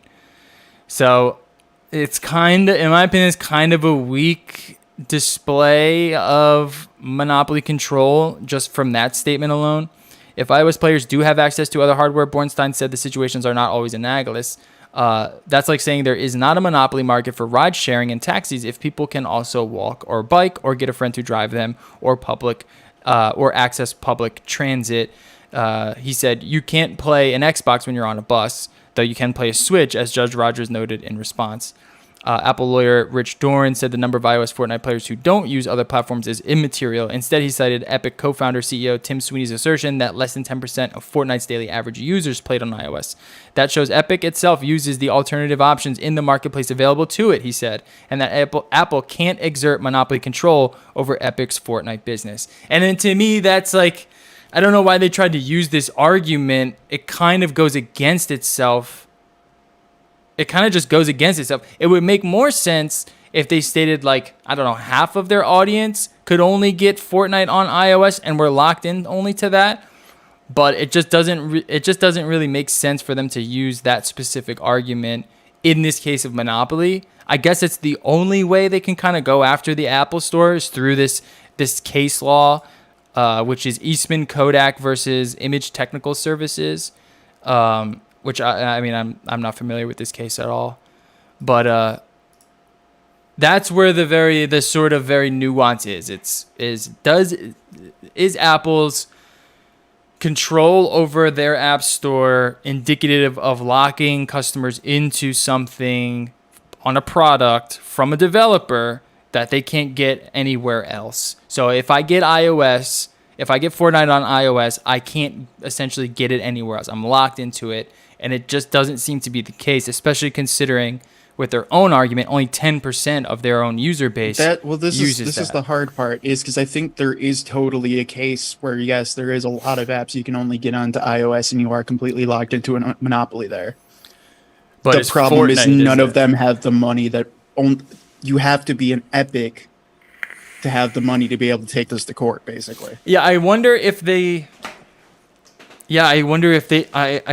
can use some sort of argument like that. I wonder if, I don't know. It just seems like yeah, I agree with you. That is the problem. Is like coming from an Epic, that's a weak argument. But the argument they're trying to make is I can see that for a lot of smaller apps that would never be able to have the funds to actually do this, but they have the team to be able to just make an iOS app, and that's it. That's what they're doing. Yeah, and they're not gonna give up that market share. They're not gonna miss out on that market share, which makes a lot of sense as well. This is a very interesting case, and to see how those lawyers are gonna kind of combat, like from the opening hearing, from this opening hearing, to me it makes a pretty strong case against Epic's statement.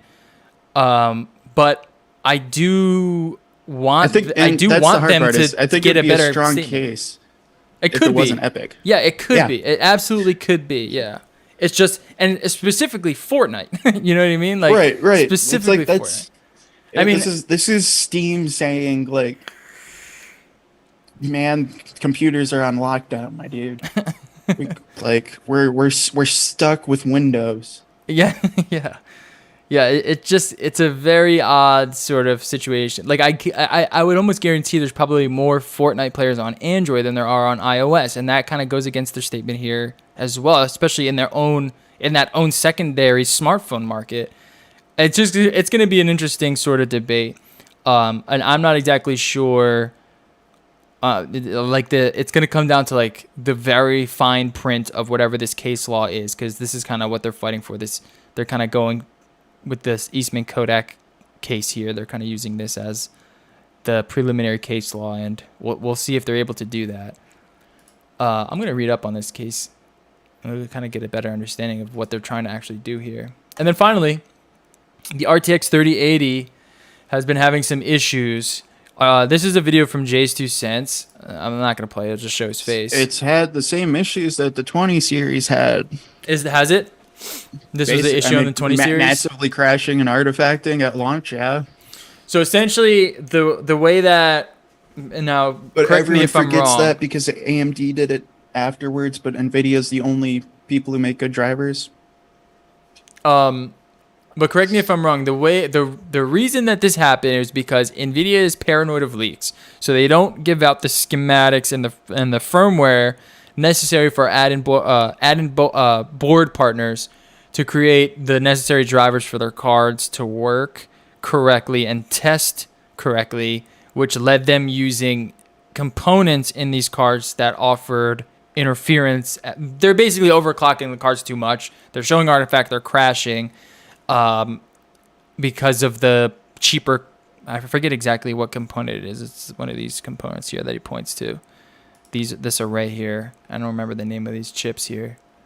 But essentially these are like cheaper versions, and the ones on the reference ones aren't that cheap or whatever. And because the schematics were handed over so late, that didn't allow add-in board partners to correctly test their firmware and hardware against each other to effectively create the clocks that were necessary to keep it stable. And what you were seeing was essentially someone overclocking the card too much, and that's why they were getting artifacts and crashing. I mean, that's a little bit better than the 20 launch, because the 20 launch was just artifacting and dying for no reason. For no reason, yeah. So a lot of people were doing that, like, well, when this was not known, when Igor's lab didn't post this, they were just downclocking their cards, and it was fixing the issues. So they were like, maybe they're just overclocking them too much. But then they came to find out that it came down to these chips. These I don't know what these are. I forget. Whatever this chip array probably is. like RAM controllers or something. It's something like that. They were just what it was like they were just getting too hot, and they were causing interference with each other, and causing them to crash. And they just need to kind of fix that up with firmware. Just downclock the boost, because it only happened when it card boosted. It never happened at stock speeds. Right, because that's when you're trying to. But that still matters, because that Sure. just fucked out of a ton of people. Yeah. Perceived performance that they're never going to be able to reach now. Yeah, exactly. And there's a debate on, is this NVIDIA's fault? Is this the add-in board partner's fault? Kind of rests on both. Yes. Yeah. Kind of. But I would argue it's more NVIDIA's fault personally, just because that's not how you do a partnership. Yeah, I'm not sure. I mean, there was cases to be made on both sides. Since this, like, it is a little bit of both sides, but it's also the fact that, like, it's not just an Asus, like a single Asus card this is happening to. You know what I mean? Yeah. Like that fact, and the fact that they sent it out too late when people were already had a believed spec sheet that they were designing for, and then they changed it at the last minute. That's kind of fucked up. Yeah, yeah, I mean, NVIDIA can definitely help this out by offering firmware and offering a lot of that stuff earlier. Because that also just puts it back into the position of what NVIDIA was trying to do last time, of making Founders Edition the best. Yeah. Yeah, because, I mean, I usually like to go Founders Edition just because you can block them easier. But, I mean, Right. A lot of people they just don't want to clock it. They want the best clocks. They want the 3-fan, array. And, they Right, want... and that's why you'd always go all afterboard. Yeah. But starting last time with the 20 series, especially since Nvidia started really trying to make their own cards again for real, they keep all the good silicon anyway. So now if they're keeping all of the good silicon and then accidentally gimping all of the other boards and making people pay for performance they're not going to get, that's kind of fucked up.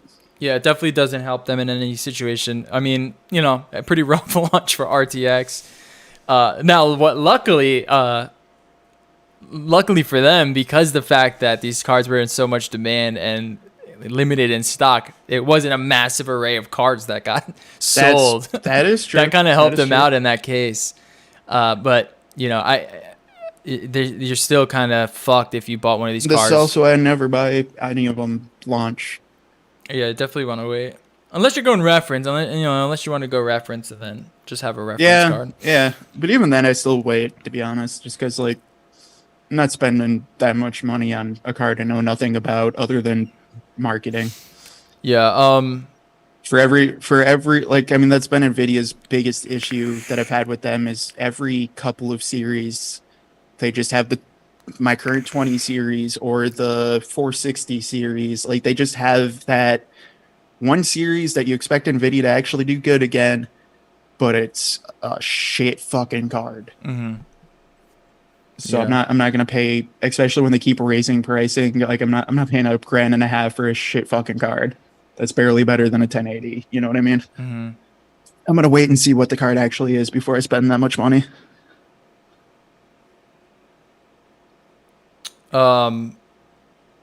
What does NVIDIA do with its own Founders Editions? One does it obviously better because I would not reproduce these stability problems with any Founders Edition, even clearly beyond 2 gigahertz. If something went wrong, it was almost certainly a driver problem. If we take a look at the Founders Edition, we see only 4 SP caps, and in the middle 2 MLCC groups of 10 individual capacitors green. This is definitely the better solution. So they're saying like this reference solution is the way to go, and that this array here is what was causing a lot of the interference issues here at those boost clocks. Interesting. All right, so that's it. That's it. I'm trying to get an A7S3. I'm trying to get an RTX 3080. I'm trying to get an Xbox. I'm trying to get a PlayStation 5. I'm trying to get all these things. Trying to get a C70. Trying to get a C70. Actually, oh yeah, I was actually going to make a video soon on this channel on why I'm actually not going to be getting an A7S3. Hint, hint, C70. But I think you should still rent them. I do want to rent just to both. play around with it and test them and kind of just for content, really.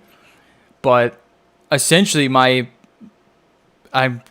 think I'm done with Sony. I think I'm gonna go full Canon. I think my mind has been made up on this. I don't think I've been pulled to the Sony stock. Now that could change with the FX6. I'm very interested in seeing what that camera kind of becomes and what the fuck it is. But for now, I'm pretty heavy Canon stan right now, and I've been very happy with the R5. Very, very happy with it. All right, but I do want an RTX fucking 3080, and I do want one of these new consoles. Console's probably not coming until next year, though. That's what it's looking like. Yeah. Like that's the other reason why I do think need a I'd buy 30. an Xbox first is just because you're gonna get Game Pass anyway. Yeah. Get a 3080, get Games Pass, you have, and then a Sony later when some games come out, you're fine. Sony is trying to do something in response. They're including their version of Game Pass now in the PS5, whatever they call Xbox Live. You get PS Live Pro. PS Now, I think it's called, right? Is that what the Right, name but is? it's not going to be a separate service anymore. It's going to be included. bundled. Yeah. It's going to be bundled into the price of Live, but it's going to be for like PS4 games. I don't think you're going to get like new PS5 games on it, but I think you're going to be able to get most of your PS4 library included in your Live subscription. Okay. Yeah, I think Sony does need an answer there. Because it's good, dude. Games Pass is good. It's only going to get better. I would imagine they're buying more studios, buying more IPs, and they just load up that Games Pass where it's too hard to deny. And it's good for the consumers because you can just get Games Pass if you have a PC and still get Sony and have the best of both worlds. Like, pretty fascinating time for games. All right, that's it for the show. Thank you all for listening. You want have one last thing to say? No, we'll probably do a camera show, only no mirror show pretty soonish. Yeah, We can talk about the C70 and the FX6 and whatever the Fuji's going to release and how I still want a Pano even though I won't buy one. Yeah, we should set one up soon. Yeah, we'll set up a no mirror soon. Stay subscribed. Hit up Spotify, iTunes, Stitcher, and then our website nolife.digital, which you can see here. We do the show on YouTube and Twitch. And I've actually been thinking of doing a separate Twitch channel for this channel again. So we'll see. Separate from the DIY or Die moniker and just putting it on No Life, twitchtv.nolife again. But we'll see. I want to make some changes, not just to this channel, but to my other channel. I just haven't had the spark that kind of like, this is where to go with it all. But just be ready. Just you'll see when it comes. All right, guys. Peace.